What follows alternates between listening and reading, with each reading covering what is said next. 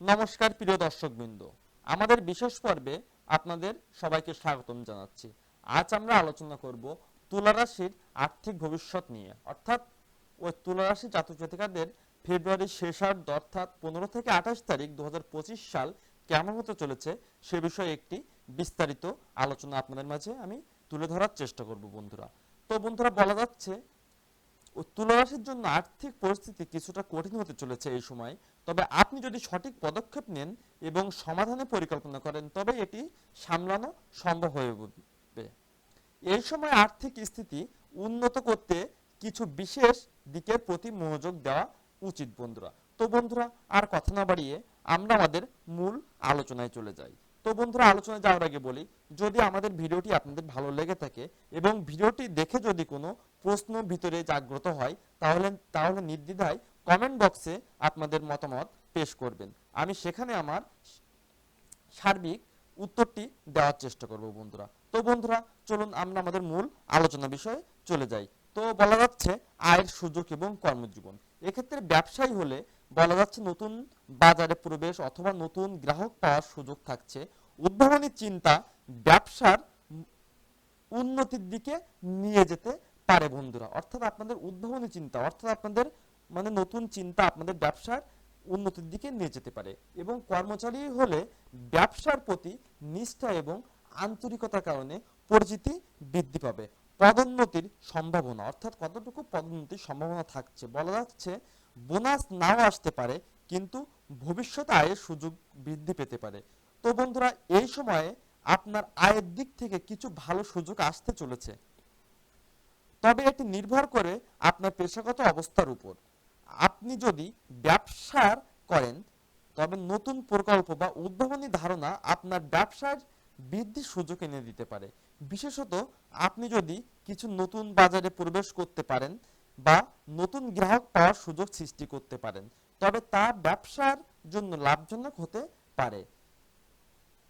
যদি আপনি চাকরিতে নিযুক্ত থাকেন তবে আপনার কাজের প্রতি নিষ্ঠা এবং আন্তরিকতার কারণে কর্মক্ষেত্রে আপনার পরিচিতি বৃদ্ধি পাবে এবং আপনি পদোন্নতির সুযোগ পেতে পারেন।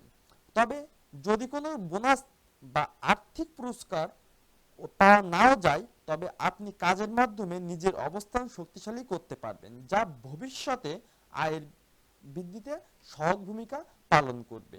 এবার আসি বন্ধুরা ওই খরচ নিয়ন্ত্রণ এবং বাজেট তৈরি নিয়ে। তো কি বলা যাচ্ছে, প্রথমে আমি আসি মূল চ্যালেঞ্জ নিয়ে। বলা যাচ্ছে ফেব্রুয়ারির মাঝামাঝি সময়ে অপ্রত্যাশিত খরচ বাড়তে পারে। প্রস্তাব, বিলাসিত খরচ এড়িয়ে চলুন।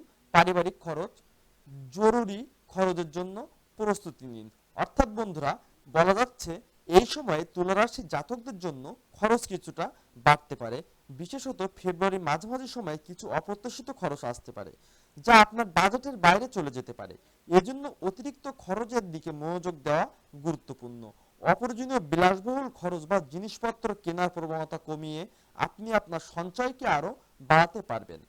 আপনি যদি নির্দিষ্টভাবে খরচ নিয়ন্ত্রণ করতে পারেন তবে আপনি ভবিষ্যতে আর্থিক স্থিতিশীলতা নিশ্চিত করতে পারবেন।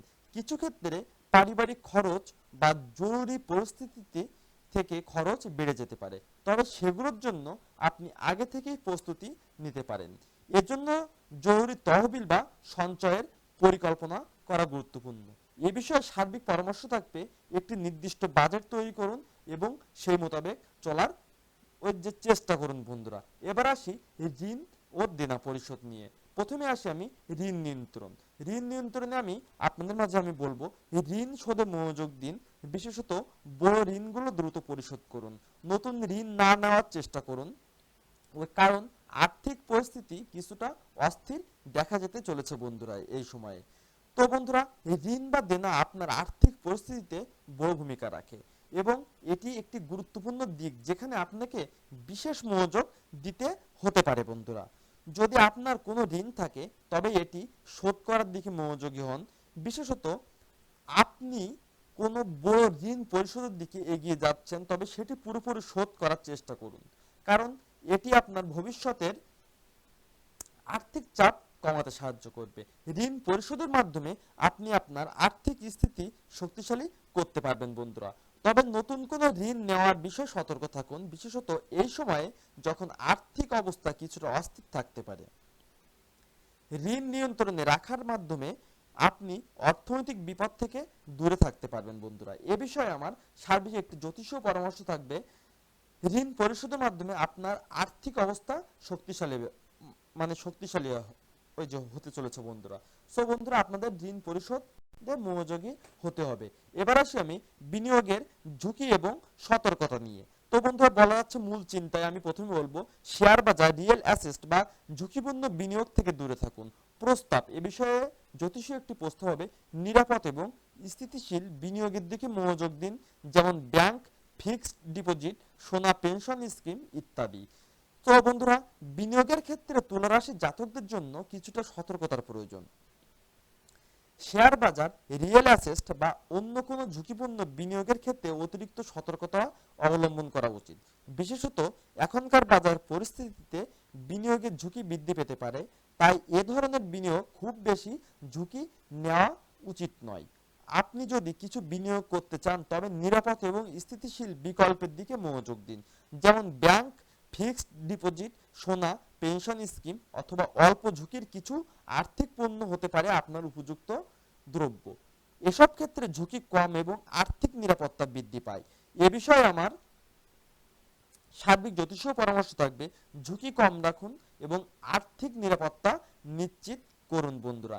এবার আসি বন্ধুরা সঞ্চয়ের দিকে মনোযোগ, অর্থাৎ আপনাদের এই ফেব্রুয়ারির শেষার্ধ সঞ্চয়ের দিকে কতটুকু মনোযোগ দেওয়া উচিত। আমি প্রথমে আসি কৌশল নিয়ে। বলা যাচ্ছে সঞ্চয় পরিকল্পনা করুন এবং তা বাস্তবায়ন করুন। জরুরি তহবিল করুন এবং ভবিষ্যতে বড় ধরনের জন্য সঞ্চয় করুন। সঞ্চয়ের সুবিধা, অর্থাৎ আপনি যদি সঞ্চয় করে থাকেন সেক্ষেত্রে আপনি কি সুবিধা পেতে চলেছেন বন্ধুরা। বলা যাচ্ছে সঞ্চয় আপনার আর্থিক নিরাপত্তা নিশ্চিত করবে এবং জরুরি অবস্থার সাহায্য করবে, অর্থাৎ এই সময়ে সঞ্চয়ের প্রতি বিশেষ মনোযোগ দিতে হবে। কিছু সঞ্চয় পরিকল্পনা তৈরি করুন, সেই অনুযায়ী কাজ করুন। সঞ্চয় আপনার আর্থিক ভবিষ্যতের জন্য গুরুত্বপূর্ণ এবং এটি বিশেষত জরুরি তহবিল গড়ে তোলার জন্য কার্যকর ভূমিকা পালন করতে চলেছে। সঞ্চয়ের জন্য একটি নির্দিষ্ট লক্ষ্য নির্ধারণ করুন এবং সেই লক্ষ্য পূরণের জন্য প্রতিদিন কিছু নির্দিষ্ট পরিমাণ অর্থ সঞ্চয় করার পরিকল্পনা করুন। এছাড়া ভবিষ্যৎ কিছু বড় খরচ যেমন শিক্ষা, বাড়ি বা ছুটিতে ঘুরতে যাওয়ার পরিকল্পনা করার জন্য সঞ্চয় আগে থেকে করে রাখা ভালো বন্ধুরা। এক্ষেত্রে আপনাদের নানা দিকে অনেক সুবিধা আপনারা পেতে পারেন বন্ধুরা। এবার আসি বন্ধুরা অপ্রত্যাশিত খরচ এবং আপনাদের জরুরি তহবিল, অর্থাৎ অপ্রত্যাশিত খরচের ভিতরে আমি প্রথমে তুলবো স্বাস্থ্য মেরামত বা অন্যান্য জরুরি পরিস্থিতি থেকে খরচ বাড়তে পারে। কৌশল, আপনাদের কোন কৌশলে যাওয়া উচিত। জরুরি তহবিল তৈরি করুন এবং এর মাধ্যমে অপ্রত্যাশিত খরচ পূরণ করুন। অর্থাৎ বন্ধুরা, ফেব্রুয়ারি মাসে কিছু অপ্রত্যাশিত খরচ আসতে পারে, যেমন পরিবারের চিকিৎসা খরচ, জরুরি মেরামত বা অন্য কোনো অপ্রত্যাশিত পরিস্থিতি।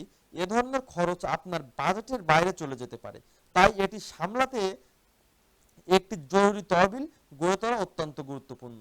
জরুরি তহবিলের মাধ্যমে আপনি হঠাৎ খরচের জন্য প্রস্তুত থাকতে পারবেন এবং আপনার আর্থিক স্থিতিশীলতা বজায় রাখতে পারবেন। এই তহবিল থেকে আপনি অপ্রত্যাশিত খরচ পূরণ করতে পারবেন বন্ধুরা। এ বিষয়ে আমার সার্বিক একটি জ্যোতিষীয় পরামর্শ থাকবে জরুরি তহবিল থাকলে আপনি আর্থিক চাপ থেকে মুক্ত থাকতে পারবেন, অর্থাৎ আপনাদের জরুরি তহবিল গ্রহণ করা উচিত বন্ধুরা। এবার আসি আমি পারিবারিক দায়িত্ব ও সামাজিক খরচ নিয়ে। তো বন্ধুরা, বলা যাচ্ছে ওই পারিবারিক খরচের আমি প্রথমে আসি। পরিবারের খরচ বাড়তে পারে, তবে এগুলোর জন্য আগে থেকেই প্রস্তুতি নেওয়া উত্তম। সামাজিক খরচের ক্ষেত্রে কি দেখা যাচ্ছে, অতিরিক্ত সামাজিক খরচ কমিয়ে বাজেটের ভারসাম্য রাখতে হবে, অর্থাৎ আপনার পারিবারিক দায়িত্ব বাড়তে পারে, বিশেষত যদি আপনার পরিবারের কোনো সদস্যদের জন্য খরচ বৃদ্ধি পায়। এটি যেমন একটি আর্থিক চ্যালেঞ্জ হতে পারে, তেমনি একটি আপনার আর্থিক পরিকল্পনাকে প্রভাবিত করতে পারে বন্ধুরা। সো বন্ধুরা, এ বিষয়ে আমার সার্বিক একটি পরামর্শ থাকবে পরিবার ও সমাজের খরচের মধ্যে সমন্বয় রাখুন বন্ধুরা। এবার আসি পেশাগত উন্নতি ও দীর্ঘমেয়াদী লক্ষ্য নিয়ে। তো আমি পেশাগত উন্নতির ভিতরে আমি প্রথমে আলোচনা করব ও কর্মজীবনের উন্নতি নিয়ে, অর্থাৎ পদোন্নতি বা নতুন সুযোগের মাধ্যমে আয় বাড়ানোর সম্ভাবনা রয়েছে বন্ধুরা। দীর্ঘমেয়াদী লক্ষ্য শুধু আজকের জন্য নয়, ভবিষ্যতের জন্য সঞ্চয় এবং বিনিয়োগ পরিকল্পনা তৈরি করুন। অর্থাৎ বন্ধুরা, এ সময়ে আপনি যদি আপনার পেশাগত জীবনকে আরো শীর্ষে নিয়ে যেতে চান, তবে এটি আপনার আয়ের দিক থেকে গুরুত্বপূর্ণ ভূমিকা পালন করবে। কোনো পদোন্নতি বা নতুন সুযোগ আপনার জন্য নতুন আয়ের পথ খুলে দিতে পারে। তবে লক্ষ্য রাখতে হবে যে আপনার পেশাগত উন্নতির পাশাপাশি দীর্ঘমেয়াদী আর্থিক লক্ষ্য মেনে চলতে হবে। এটি শুধু আজকের জন্য নয়, ভবিষ্যতের জন্য আপনার বিনিয়োগের পরিকল্পনা প্রস্তুত রাখতে হবে। সো বন্ধুরা, এ বিষয়ে আমার সার্বিক একটি জ্যোতিষ পরামর্শ থাকবে। পেশাগত উন্নতি এবং দীর্ঘমেয়াদী লক্ষ্য রাখুন, এটি আপনার আর্থিক ভবিষ্যৎ শক্তিশালী করতে সাহায্য করবে। সো বন্ধুরা, আমি আমার ভিডিওতে তুলা রাশির জাতকদের ফেব্রুয়ারি মাসের শেষার্ধ আর্থিক পরিস্থিতি কেমন হতে চলেছে সে বিষয়ে আমি বিস্তারিত একটি আলোকপাত আপনাদের মাঝে পেশ করার চেষ্টা করছি। এ বিষয়ে আমি সুবিধা এবং অসুবিধা এবং এবং কৌশল সবই আপনাদের মাঝে আমি তুলে ধরার চেষ্টা করছি।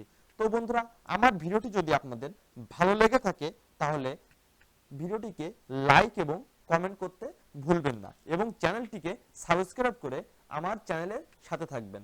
মনে রাখবেন, আমি আমার এই চ্যানেলে 100% নির্ভুল তথ্য দেওয়ার চেষ্টা করি, যাতে করে জাতক জাতিকারা তাদের ভবিষ্যতের পদচলা সুন্দর করতে পারে। বন্ধুরা, মনে রাখবেন, রাশিফল চক্র বাস্তব জীবনের সাথে পরিলক্ষিত, এবং আপনাদের মনে যদি এই ভিডিওটি দেখে যদি কোনো প্রশ্ন জাগে তাহলে আমাকে নির্দ্বিধায় কমেন্ট বক্সে কমেন্ট করতে পারেন।